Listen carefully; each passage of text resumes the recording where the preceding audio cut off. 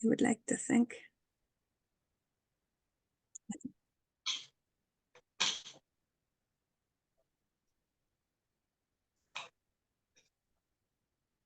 Okay, so let's get started straight away. You can see that the cover diagram here is a compass heading in the direction of well-being. So I think that's what this is all about this evening. It's about minding yourself, is an Irish way of saying it, taking care of yourself, looking after yourself when you're a host. So for a few people on the call who haven't got to that point and are registered, haven't got a family or an individual to come visit them yet, this should be a particular help, hopefully. Right. Now, just to recap very, very briefly on what Sylvia said at the start, I'm working with Accord. Their logo is there in the middle of the screen. Accord has two approaches to providing support. There's the possibility that hosts who did find that aspects of their personal relationship had been impacted would approach us to get help with what we specialise in.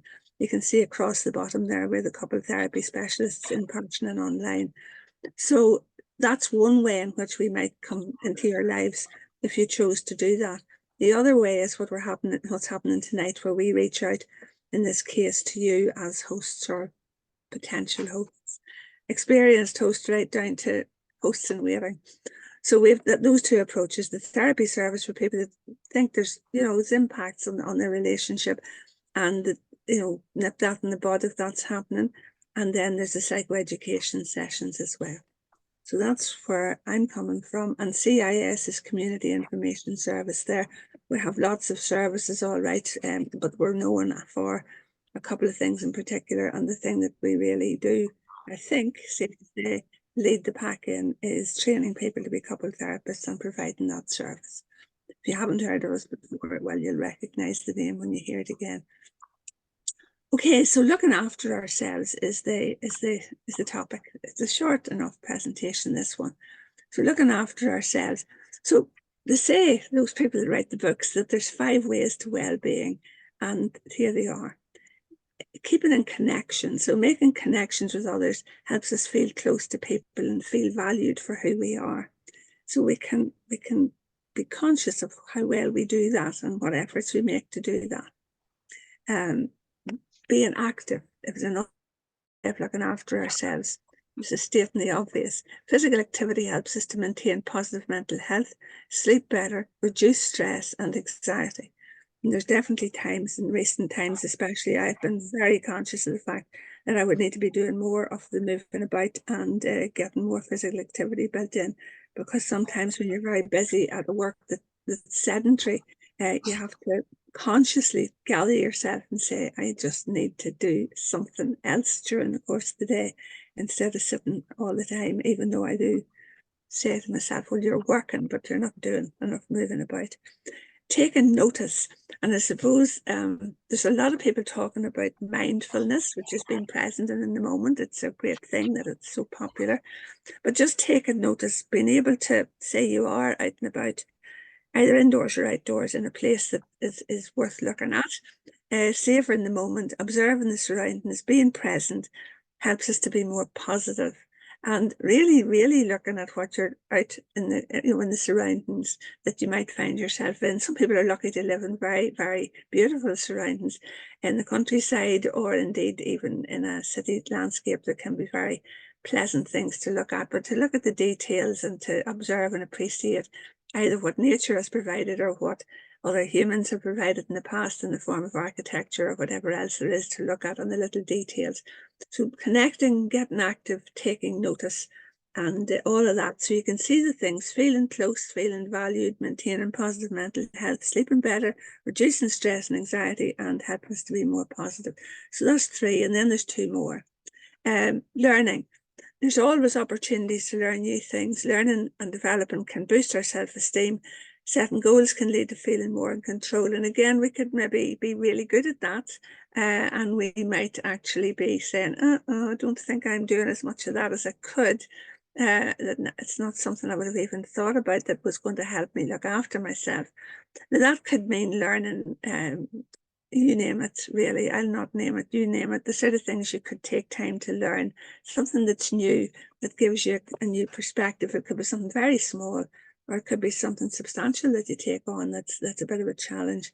The main thing is that you learn something new every day, probably, you know, even if it's a very small thing. And the fifth one then is what you seem to be extremely good at, giving. So people who help others are more likely to rate themselves as happy. Okay, so yeah, so we'll look at those 5 things. And this is where you need the pencil and a bit of paper or a pen, because you have connecting, being active, taking notice, learning and giving. And my challenge is, if not equals I don't connect, I don't be active, I don't take notice, then you give yourself a naught, obviously. If you're quite good at it or excellent at it, then you can work up the scale and give yourself a rating. If you're cheating, of course, that's not my problem. You're just fooling yourself.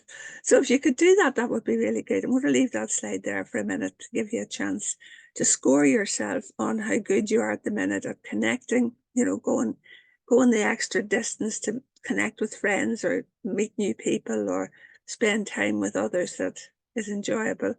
Being active, taking notice, really looking at things and appreciating them, doing a bit of new learning and giving to others. If you get 10 out of 10 in all of them, obviously you're going to get a score of 50.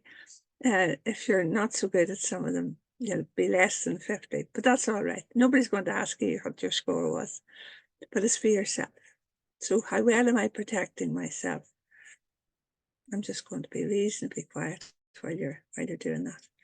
Just enough to let you know that I'm still, that I haven't frozen on the screen.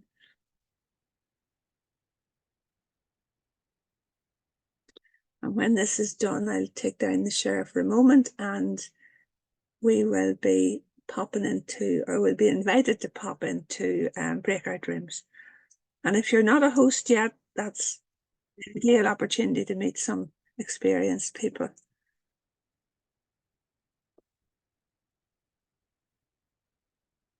Okay, how are we doing? Have you got your categories and your scores?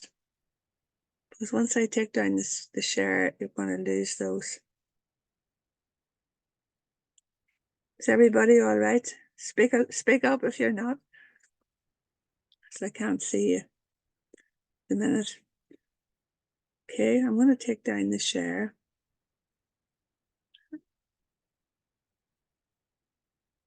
Has everybody scored themselves? Yes. Perfect. All right then. So, as far as I'm aware anyway, my colleague there, Rachel, is going to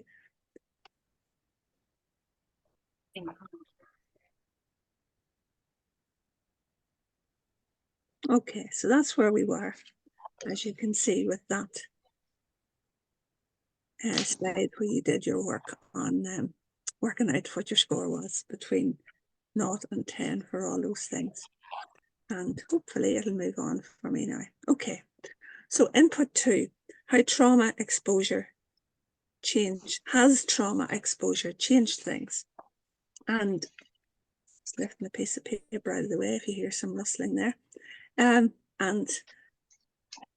I suppose every host, and those that have hosted in the past and are no longer hosting, would be able to tell their own story, which would be entirely unique to them, about the exposure to trauma that they've had because of the trauma suffered by their guests. Now that trauma, exposure to trauma, we don't think much about it at the time or how it might be affecting us. All of your guests have had and are continuing to have traumatic experiences because unfortunately 2 years plus down the line, every day there's news coming from their world in Ukraine, telling them things that have happened. They're in constant contact with home if they've got people back there. And so yes, everyone who's been a host and is a host has had exposure to the trauma of their guests. And this is a piece that's actually a little piece that's in the first masterclass video that we did. And it's talking about secondary trauma, being in the presence of or being exposed to the impact of trauma on those people that you have been looking after and taking care of, and various names for it. So anyway, compassion fatigue is the one we're using on this slide, the consequence of secondary trauma, and it can cause physical, mental exhaustion and a loss of empathy for others. You can become a harsher person than you used to be, in that you can't maybe empathize the way you used to because of the impact of secondary trauma. And it occurs, of course, because of the ongoing demands of being compassionate and helpful to others and listening to their stories or seeing the impact it has had on them, where they're finding it hard maybe to connect, to talk, to come out of their room, whatever it is that they're having difficulties with, they're certainly impacted by it, and then so are we if we're in contact with them. And this is the same in other parts of life as well as hosting, obviously, but something to be aware of. Again, this is a slide that's familiar to those that have seen the other piece of work, and it's reminding us what it's like when we come to the point of burnout. So again, this is part of compassion fatigue. We feel drained, we feel irritable, and we've negative attitudes towards the people we're looking after. Excuse me. So we're really getting into the point now where gradually, quietly, and insidiously over time, we become a different character in some ways. We get absolutely exhausted, unable to be ourselves, and not as caring as we would have been at the start of a process. So this may not be relevant to some of you, or indeed any of you, but you may well have contact with other people who are in this situation. So it's good to know about this. How can we identify signs that a person has compassion fatigue? So generally, symptoms would include unwanted painful memories, dreams and flashbacks of a story or an event, mood swings, irritability, frequent emotional outbursts, difficulty in concentrating, sleep problems, and being easily startled. Now, you would imagine that those are things that would be normal for somebody who's personally had the trauma, who's actually been traumatized firsthand.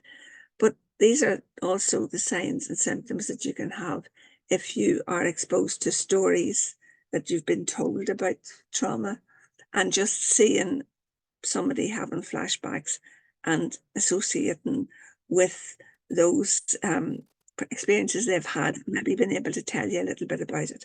So it's something to be careful about if you find that you might be showing some signs of that at some stage. So the memories are not your memories of being traumatized in Ukraine or being traumatized by stories about your family in Ukraine, but you are just as liable to become impacted by being present in the company of the people who have been traumatized. So it can also, because the nature of secondary trauma, it can lead us to do more and more, to help more. We might be driven to help even more than we have been already.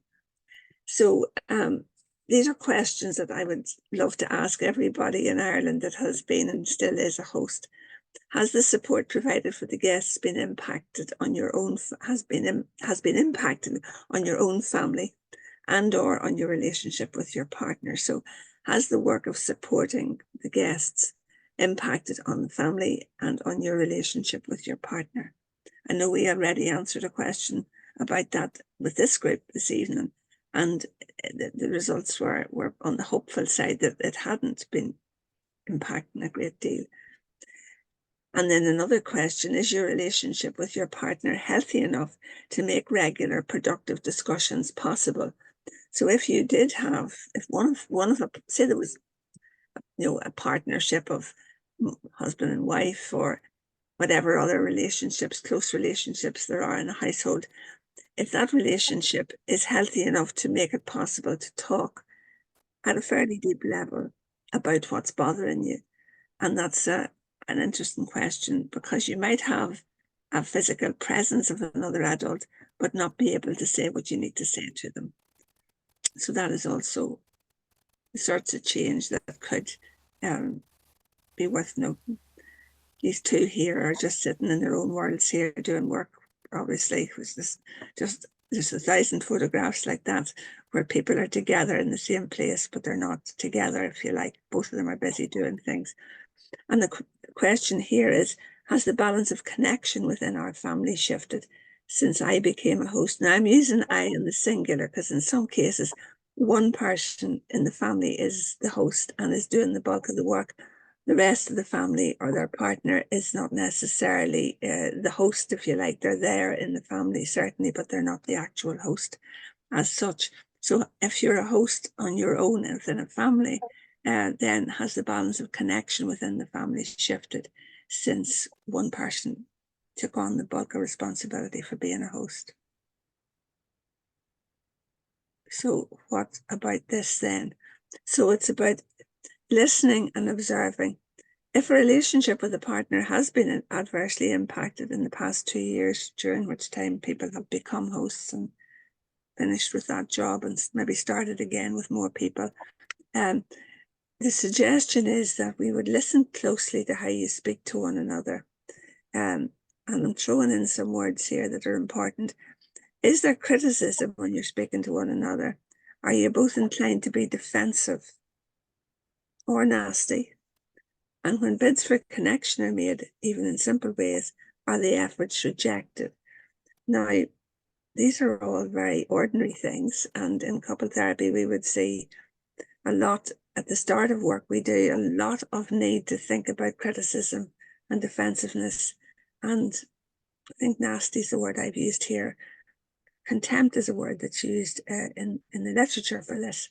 You know, if there's harsh connections with one another like that, which usually lead to a row of some sort, because criticism isn't good. Defensiveness makes things worse. And then nasty things are said sometimes. And then there's also speak to the hand, as they say. There's the silences or the where you're being ignored. And I think that's where that bids for connection with capital letters on it, or efforts you make to get a conversation started, or even to get a reaction from another person, and it's not working out. So if you were looking out the window and you notice that the people 3 doors down or 3 fields away, depending on where you're living, have done something different, you say, oh, they're putting up a wind turbine, or I see they've got a new car, or whatever it is. And you're saying it really to not just, you might be saying it naturally, but the other person in the room could easily say, oh, sorry, and get up and look.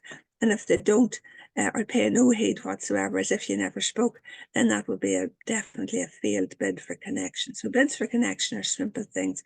And when we're under pressure and we're very busy and we're stressed and so on, we can end up, the quality of our communication can become, I suppose, worse. I'll say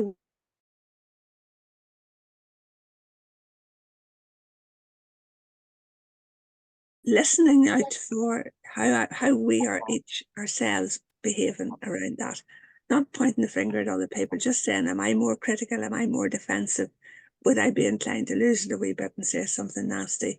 Or do I respond to this term, bids for connection? Do I actually stop what I'm doing and answer the other person? Or that guy on his phone on the previous slide, do you keep on scrolling? Or in her case, she's working at something and engrossed in her computer. So how you connect with one another is something to watch out for. And I think that's what we're thinking about. And then how would this be repaired? Now, there's no answers tonight to how it would be repaired. That's a whole other story.